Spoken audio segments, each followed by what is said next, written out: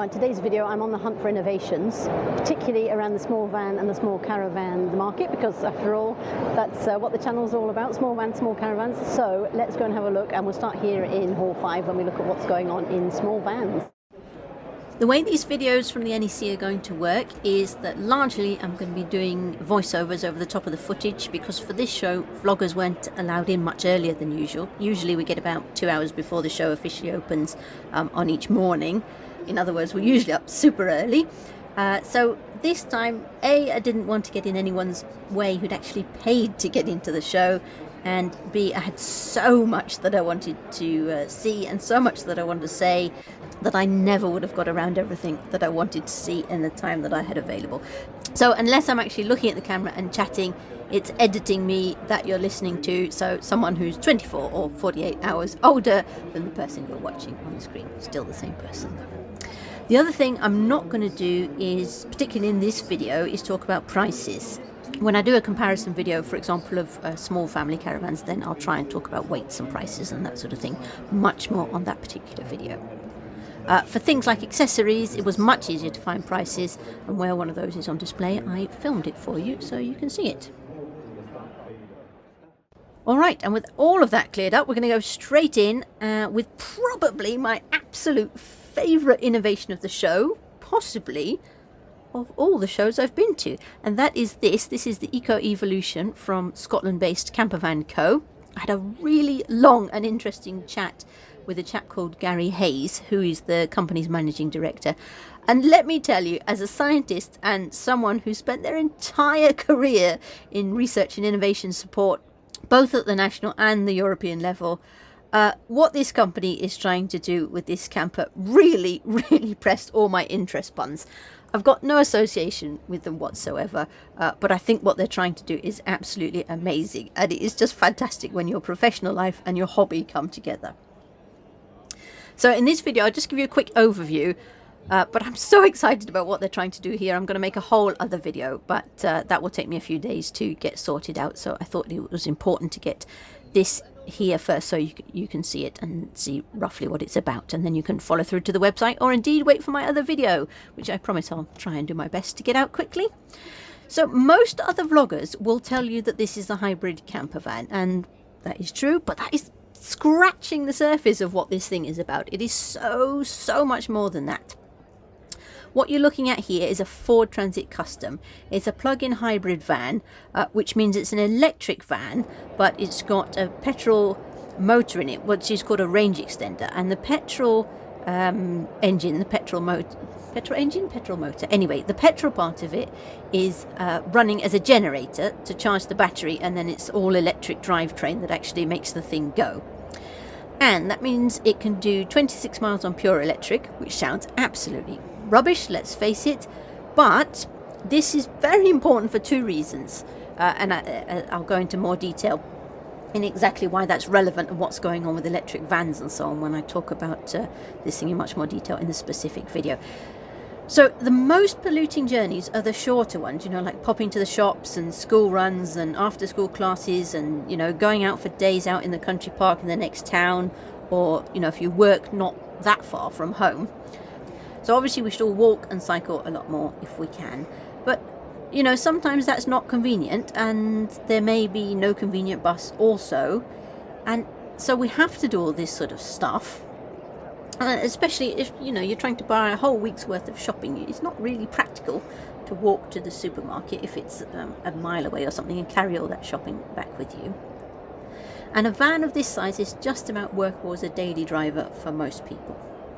So the base vehicle is the Ford plug-in hybrid, and obviously the improvements on that will be up to Ford and their enormous R&D budget. But what this company is trying to do is inside, and that's where I think it's really exciting for us. So we all know that fuel efficiency and electric range efficiency, you know, is down to two things, and that's aerodynamics and weight. Now, obviously the aerodynamics of a giant box on wheels are up to Ford, but this company is working on weight and efficient power usage to try and get this towards a zero emissions camper. Now, how's that possible? Well, this is so exciting because they've taken 30% of the typical weight of a conversion just like this out. How have they done that? Well, a number of different things. So they've invented an aluminium framed rock and roll bed, and they're using super lightweight balsa core plywood for the cabinetry. And this is a gasless camper, meaning they've taken all the weight of cylinders and gas and so on out of this thing. And the cherry on the top of this brilliant camper will be a heating system, because heating is the most difficult thing to do with electric. It's incredibly power intensive to provide heating by electric, and so their new heating system that they're working on with some really innovative R&D work is going to work by heat capture. Anyway, as you can tell, I am super excited about what this company is doing. No link, by the way, just my inner scientist nerding out. So as I said, I'll put together a longer video dedicated to just this van, because there's a lot more to say about it. Now, Caravan Co weren't the only ones going all electric. This is the boot space of the Three Bridges Trek.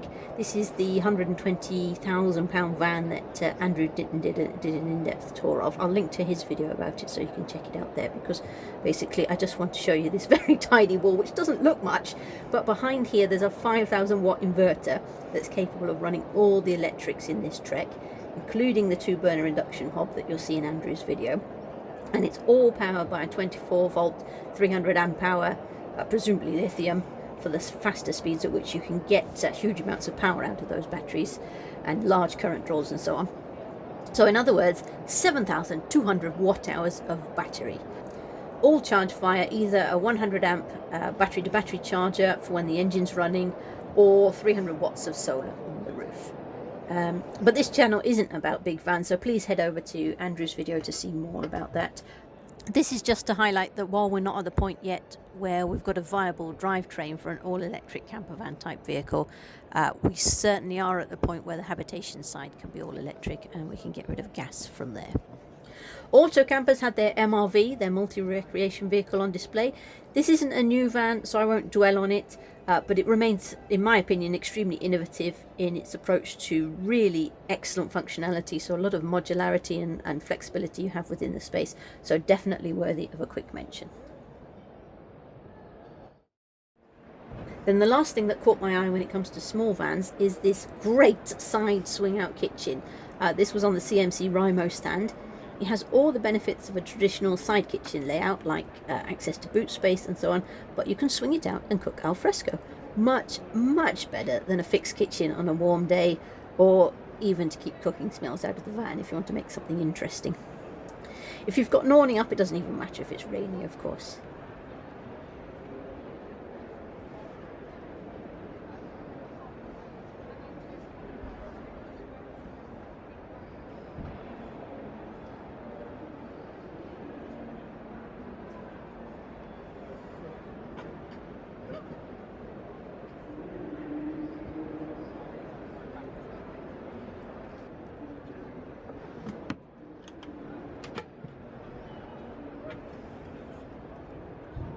Now, when I was looking, I couldn't see any useful info about maximum weight loading in this cupboard.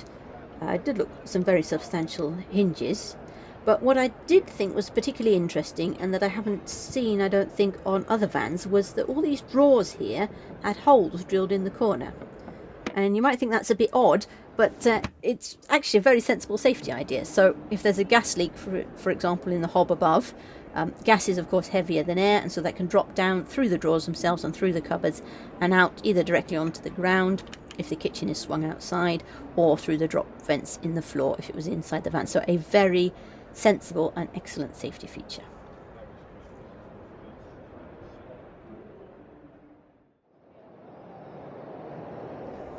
Now, before we leave Hall 5 to go and look at caravan innovations, let's see what accessories caught my eye. And first off, of course, the Collapse team are bound to have something new and interesting. And this year they've got a quite snazzy looking collapsible fire pit, sort of barbecue thing, which looks interesting, but I didn't film it here. Please head over to Phil from Lost Weekend's video, I'll link that above, and you can check out the fire pit. And they also have this inline filter for wastewater if you feel the need to filter your wastewater. Personally, you know, this reminds me of grease traps and grass pits and so on that we used when we were camping when we were Girl Guides. And I can see it being incredibly useful on those CLs where you're allowed to run your grey waste into the hedge, so just to keep all the bits of sweet corn out and so not attract vermin and that sort of stuff. But I'm not convinced I'd use it on a normal pitch, so I'm not entirely convinced about that one. But anyway, the thing that really caught my attention was, of course, their 20-litre Aquaroll and Wastemaster replacement system. And they've been working on this idea since they showcased some prototypes, but it was a prototype as a 40-litre system back at the last February show in 2020. I think they got some feedback that actually a lot of people struggled with 40-litre size Aquarolls, so they've gone for the smaller configuration as 20 litres. But they've done them as individual units that can be linked, so in a sort of daisy chain type arrangement. So obviously you could have 40 or 60 or whatever you want.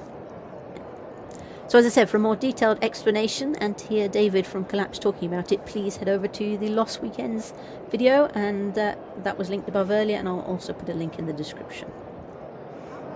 So one of the things I did at the show was hunt around for all the Ariba-sized awnings that I could find, and usually awnings designed for T6s or Ford Transit height vans fit perfectly.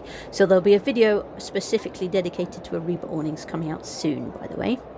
So whilst I was looking at those, I spotted this Quest, and this Quest awning is absolutely magnificent. This is the Quest Orion, and it's magnificent because it's so flexible and modular.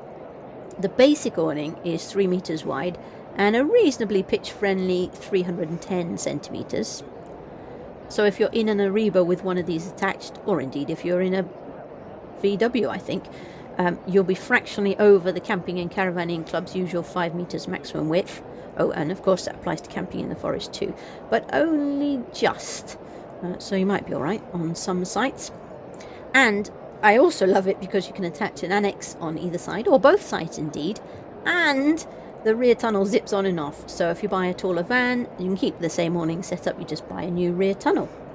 So really excellent, and the fabric was super on this. I was so impressed that again I'm going to make a specific video just dedicated to this awning, and hopefully that will be out soon.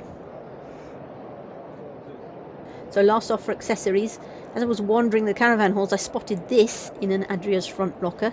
Now, innovation doesn't always mean super high tech and doing things in a complex manner. Sometimes it just means really simple things that make life a lot easier, and doing them in ways that people hadn't thought of before. And these crates are a perfect example of that.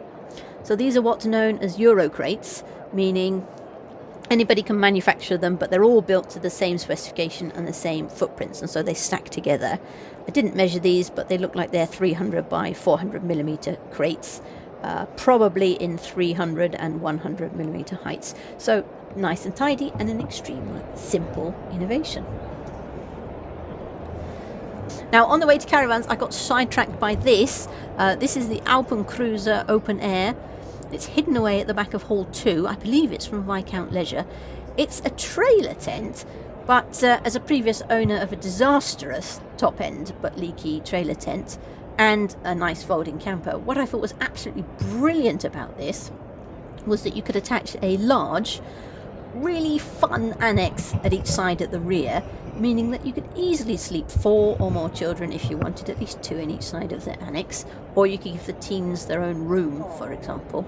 And it was air inflatable, and the master bed was lengthways, meaning nobody had to climb over anybody else if they needed to get out for a nighttime wee. So as the previous owner of these sort of things, I thought this was absolutely brilliant. The fabric was really nice. It was a cottony canvas type thing, and it's a 750 kilogram brake trailer with 400 kilos of payload. So all in all, I thought this was brilliant. If we were going back to a trailer tent, this is exactly what I go for, I think. Obviously, you have the normal downsides of trailer tents like wet pack-ups, but I'll talk about those when I make my alternatives to caravans video. See, I told you I had a lot to say about this show.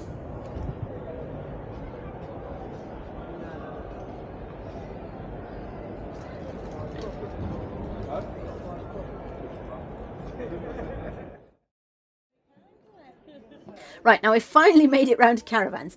There was, of course, the show premiere of the Basecamp 6, which I'll feature more of in my small caravans for families. It's relatively small for a 6-berth caravan, but it's still quite a beast. But the one thing I was absolutely the most excited to see before the show was this Freedom Carpento. There was a 3 and a 4 and a 5 berth on display. I concentrated on the 4 and the 5 berths because of course this is about family caravanning in small caravans. So they'll feature in my small caravans for families videos that will be coming out soon. But I'll also make a video dedicated entirely to this model of caravan because lightweight is more and more important, especially given the increasing pressure to go electric in tow vehicles, and because conventionally fueled cars themselves anyway are becoming so much more lighter, using lighter materials and so on, and they're much more efficient. So the days of lugging around enormous, great big heavy boxes are rapidly coming to an end. You know, if we want to keep those big luxurious boxes of caravans and that sort of style, then manufacturers are going to really need to up their games in terms of lightweight materials and so on. Now, I had huge hopes for these little caravans, but there were some things that left me really frustrated about them as missed opportunities. I won't drone on about it here because that would spoil a celebration of innovation and different things that were on show at the show. Because, you know, it's so great to have innovation and so good to see people actively working to bring new things to us. But I will do a special when I will go in depth on the things that I thought were absolutely brilliant and some of the stuff that I didn't like at all. And on that note, you know, this innovation stuff takes a huge amount of time and effort from manufacturers and comes with really significant risks, actually. So as a customer, if we don't embrace it, then manufacturers can't take those risks. It all becomes a little bit chicken and egg. So with that mind-bending conundrum, it's back to voiceover me. So that is it from me, both editing me and 48 hours younger version of me wandering around the halls at the NEC Caravan, Camping and Motorhome Show. And of course, both versions of me with my inner science geek nerding out over the stuff that caught my eye. Of course, there are loads and loads of channels that cover all the big white box type stuff or big silver box in the case of many of them. And I've put a few links below as well as in the video to stuff you might enjoy, because I won't cover that stuff anywhere near as well as they will, because my interest, of course, is in smallish vans and small caravans. Anyway, hope you enjoyed wandering around with me. Thanks so much for watching, and I will catch you in the next one. So bye for now. See ya.